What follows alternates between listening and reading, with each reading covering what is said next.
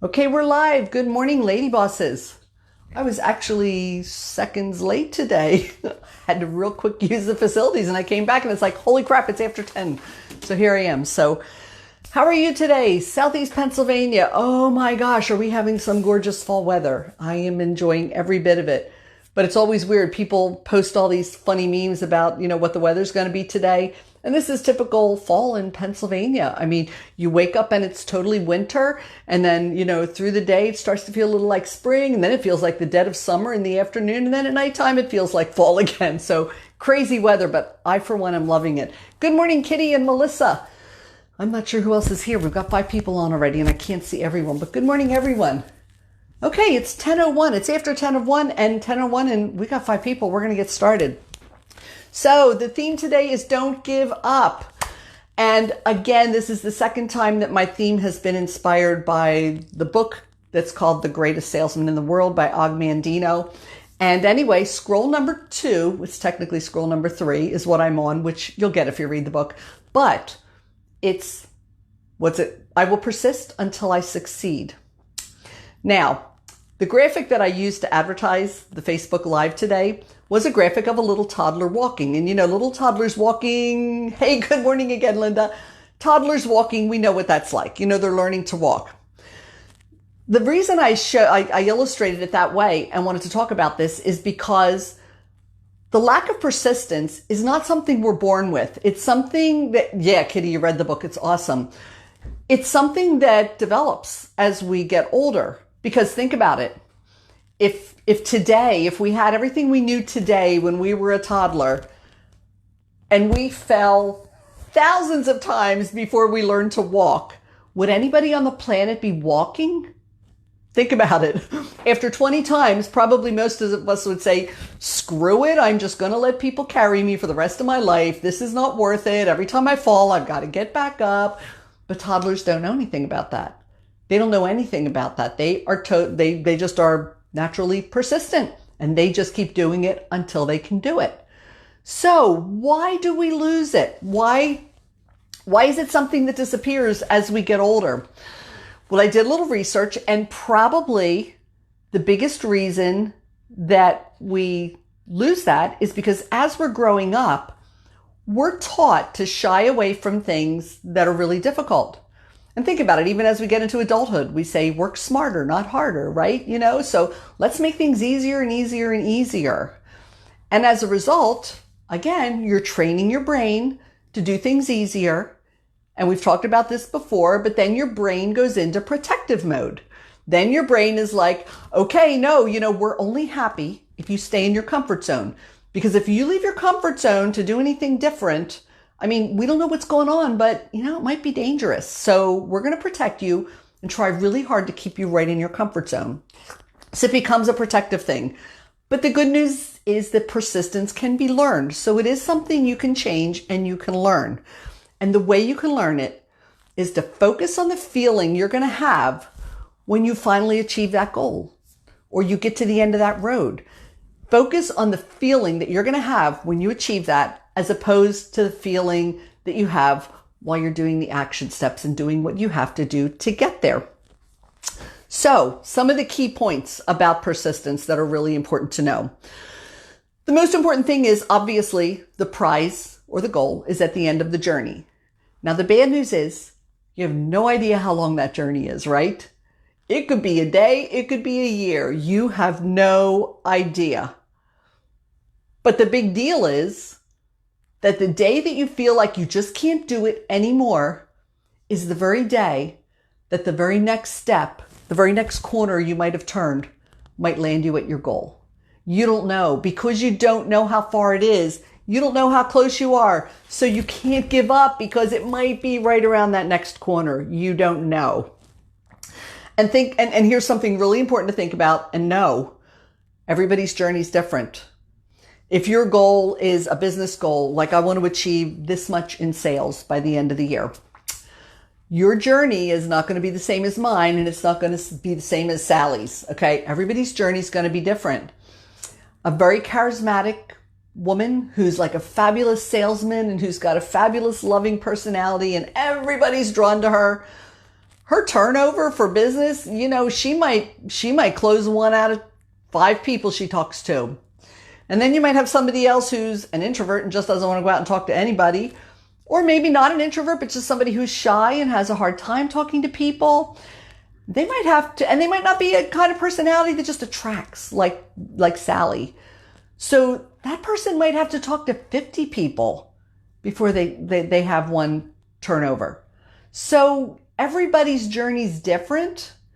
So it's really important to know that. Don't measure by somebody else's. Just know that your journey is what it is. And bottom line, you'll know how long it is. But don't quit, because your success might be right around the next corner where you would have turned around and gone back. So that's really, really important. It's that, have you seen that meme? You've probably all seen that meme of the man who's mining for diamonds, and he's going through this long, long, long tunnel, and he's taking his pick to the axe, and he's finally given up, and he turns around and he's walking away, and you can see through the mountain, and you're seeing a picture, and the diamond was right there. Like his next strike would have, exposed the diamond. So that's a picture of why you don't want to turn back, because no matter how far you've gotten, you're closer to your goal. You don't know how far away it is, but you're a whole lot closer to it than you were when you started. So the next thing is to remember that one little step is really not that hard. When you're ready to give up and turn around and go back, you can do one more step. You could talk to one more person. You're not looking at, I got to talk to 1,000 people, or I got to do 1,000 things. No, just one more thing. The one more little step is not that hard. Again, you have to focus on the prize and not the fact that who knows how many of these steps you're taking. Think about eating an elephant. People always say, how do you eat an elephant? Because look, the thought of eating an elephant, and listen, just to make it more palatable, we're going to pretend it tastes like ice cream. So how do you eat an elephant? Well, it's overwhelming to think about eating a whole elephant, but can you eat it one bite at a time? Absolutely, especially if it tastes like chocolate ice cream. So definitely you can eat one bite at a time. So that's it. It's breaking it down. You can do one more thing. It's not a big deal. Some of the illustrations in the book were about how rain washes away a mountain. Well, when you think about it, you think about the structure and the density of a mountain, and you think about a soft rainfall. You think that rainfall can't touch that mountain, but over time, that rain can wash away that mountain. And another illustration he used that made me do a little digging because I didn't know, he talks about an ant devouring a tiger. And I'm thinking, Okay, so I had to study the different kind of ants there were. And apparently they're army ants, and they're not this big, they're ants, but they can eat an elephant. So yeah, that one little step isn't hard, but it can accomplish a big thing. And one other illustration I thought about was the movie Shawshank Redemption. So Tim Robbins was, figuring out how he was going to escape the prison. So he asked for a poster of Rita Hayworth, and he hung the poster up in his cell. Well, little did anyone know that every day, at the end of the day, he would lift that poster, and I forget what he was using it as an instrument, but he would pick away at the concrete wall. Now, come on, every day picking away at a concrete wall, he probably got a little pile of dust. That's all. How easy would it have been to say, forget this crap, I'm staying it. I get 3 squares and a cot. This is fine. I'll stay put. But he didn't. And I don't know how long it took, but eventually he tunneled out and he escaped the prison. But that little bit of work every day, was that hard to do? It's not hard to sit and pick away. Mentally, it's hard because you feel like it's not going to get you anywhere.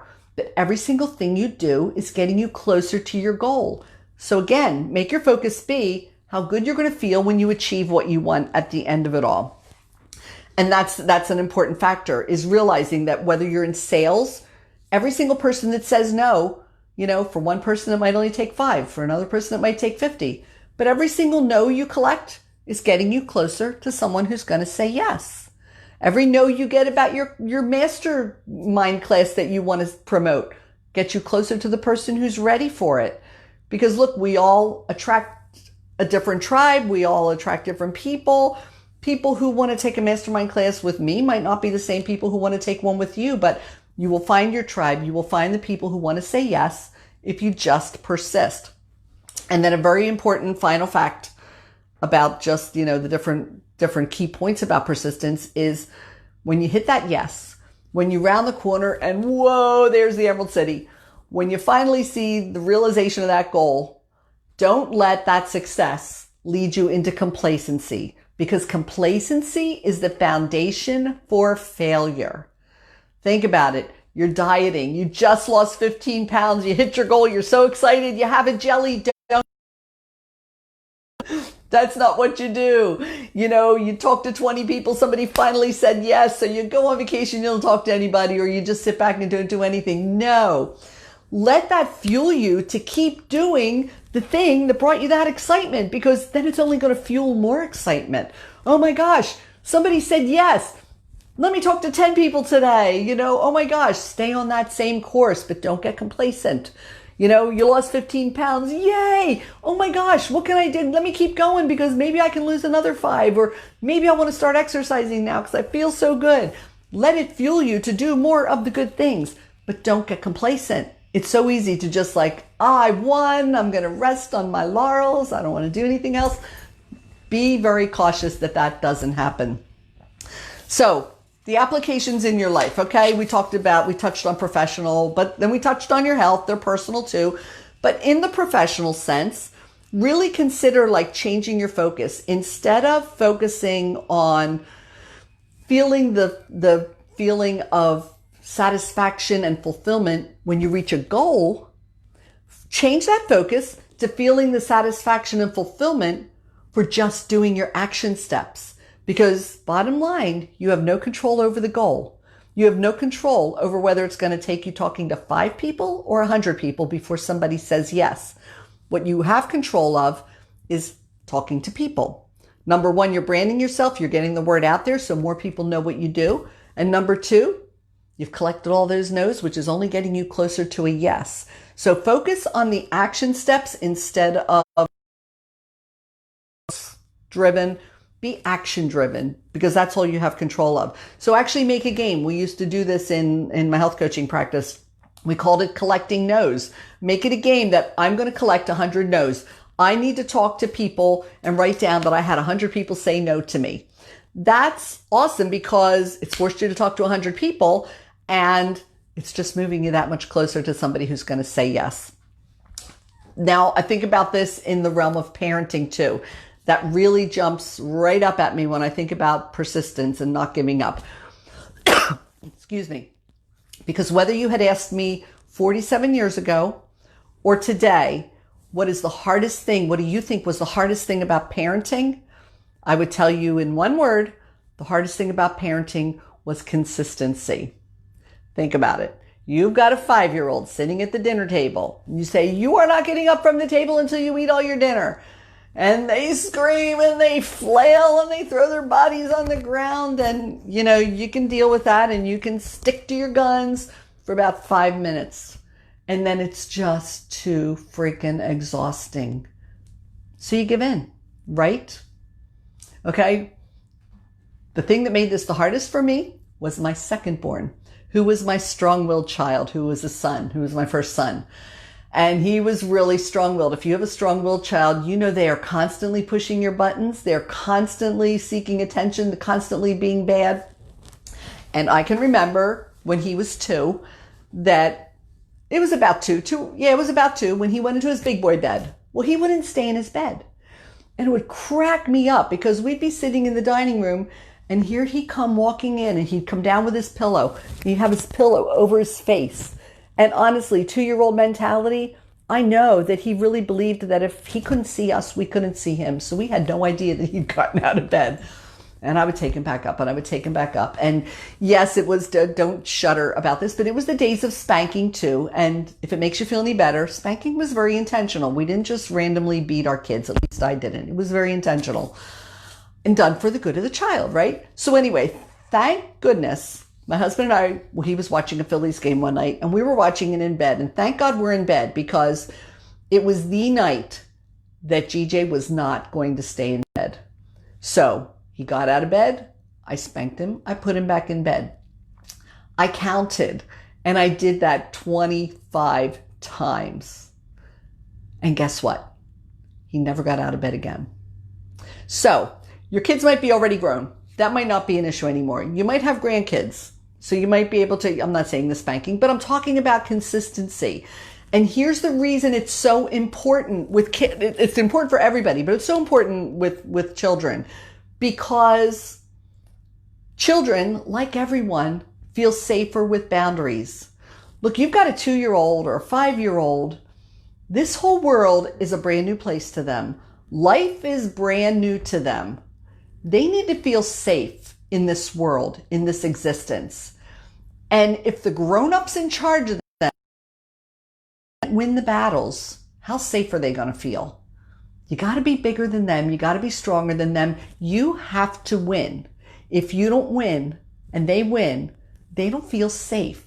And it was interesting because many, many years ago, I remember reading a book, and there were studies done at a school. They took a kindergarten class and they went out for their playground. The playground had a fence around it. One day they removed the day that there was no fence there, all the kids huddled toward the center of the playground. So they did that for a couple days. Then they put the fence back up. And as soon as the fence was back up, those kids just ran freely all over the school ground. They had a good time because they felt safety in a boundary. When there are no boundaries, no one feels safe. We all feel safer within boundaries. But think about it from a kid's perspective, especially. This whole thing called life and the world is new to them. They need to feel safe. So wherever you are in your parenting, you might be past that. But like I said, it might be grandchildren. Just remember, consistency is the hardest thing you'll do, but it's also the best thing you'll do for your kids. So whatever you say is going to be the rule, whether they're 3 or whether they're 30, it's got to be the rule. And you got to stick to it because you're hurting them. It has nothing to do with your exhaustion or anything else. You're hurting them. So that's really, really important. And then finally, we touched on it, but your health too. With your health, it's so easy to be inconsistent because, listen, I health coach. So I watch people who are like, oh my God, I'm doing everything right. I'm eating the way I should. I'm drinking my water. I'm doing everything I should do. And I gained a pound this week. And they're ready to just throw the baby out with the bathwater because they're not seeing the results they want. And they're getting so frustrated. Again, remember the rules. It's not the rules, but the aspects of this. Doing one more little thing isn't hard to do. Having one more healthy meal isn't a hard thing to do. And the thing is, what's your goal? Focus on how good you're going to feel when you get to your goal, because no matter how much people get frustrated with the scale, they all start out telling me it's about improving their health, right? So if your focus is about improving your health, screw the scale, throw the scale out. If you're eating healthy every day, if you're drinking your water, if you're exercising, if you're doing all the things you should do, then screw the scale. Focus on I can do this one thing. And no matter what the scale says, I know I'm doing something good for my body that I'm going to have benefits from. I'm going to see benefits from this. Actually, maybe you won't see benefits from it because maybe you won't see diabetes. Maybe you won't see heart disease. Maybe you won't see high blood pressure.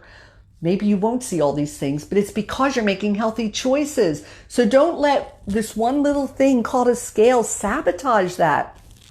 Instead, because listen, the scale could be going up or down for a million different reasons. Maybe you could be doing things a little bit better, but you know what? Maybe you're really stressed out. Maybe you're not getting a good night's sleep. Those things can definitely affect what you see on the scale. So you know what? There are areas of your health to work on too. But the bottom line is everything you're doing is improving your health and it's good on your health, good for your health. So focus on that and reward yourself accordingly, not with a jelly donut. You don't give up and do the jelly donut, but instead just, okay, this is awesome. I feel so much better when I eat like this. So whatever the scale says, I'm going to keep doing it. And maybe I'll start exercising a little more. Let it fuel you to do more of a good thing for yourself. So in every area of your life, this affects every area of your life. You don't want to give up when you're headed towards something that's important, that's a big goal, that's really something you want to accomplish. So while you're on that journey, just remember 2 things. Remember, number 1, biggest thing, each little step is easy. Just remember, it's not hard to do this for 1 more day. It's not that hard to talk to 10 more people. And then finally, because when you persist and you do that and you push yourself to talk to those 10 more people, that's when you might finally close that scale. No matter what you're doing, every step you're taking is getting you closer to your goal. Your goal might be a mile away. Your goal might be 10 feet away. You don't know where it is, but everything you do is bringing you closer to it. So just focus on the fact that you're getting closer to it every day. And if you turn around, something yourself. So don't give up. Keep on one step at a time, and you'll see great things because you're great women. All right, ladies, that's it. 10:20. We're right on the money. So it was great spending Tuesday morning with you again. I will see you next week. Have a great week.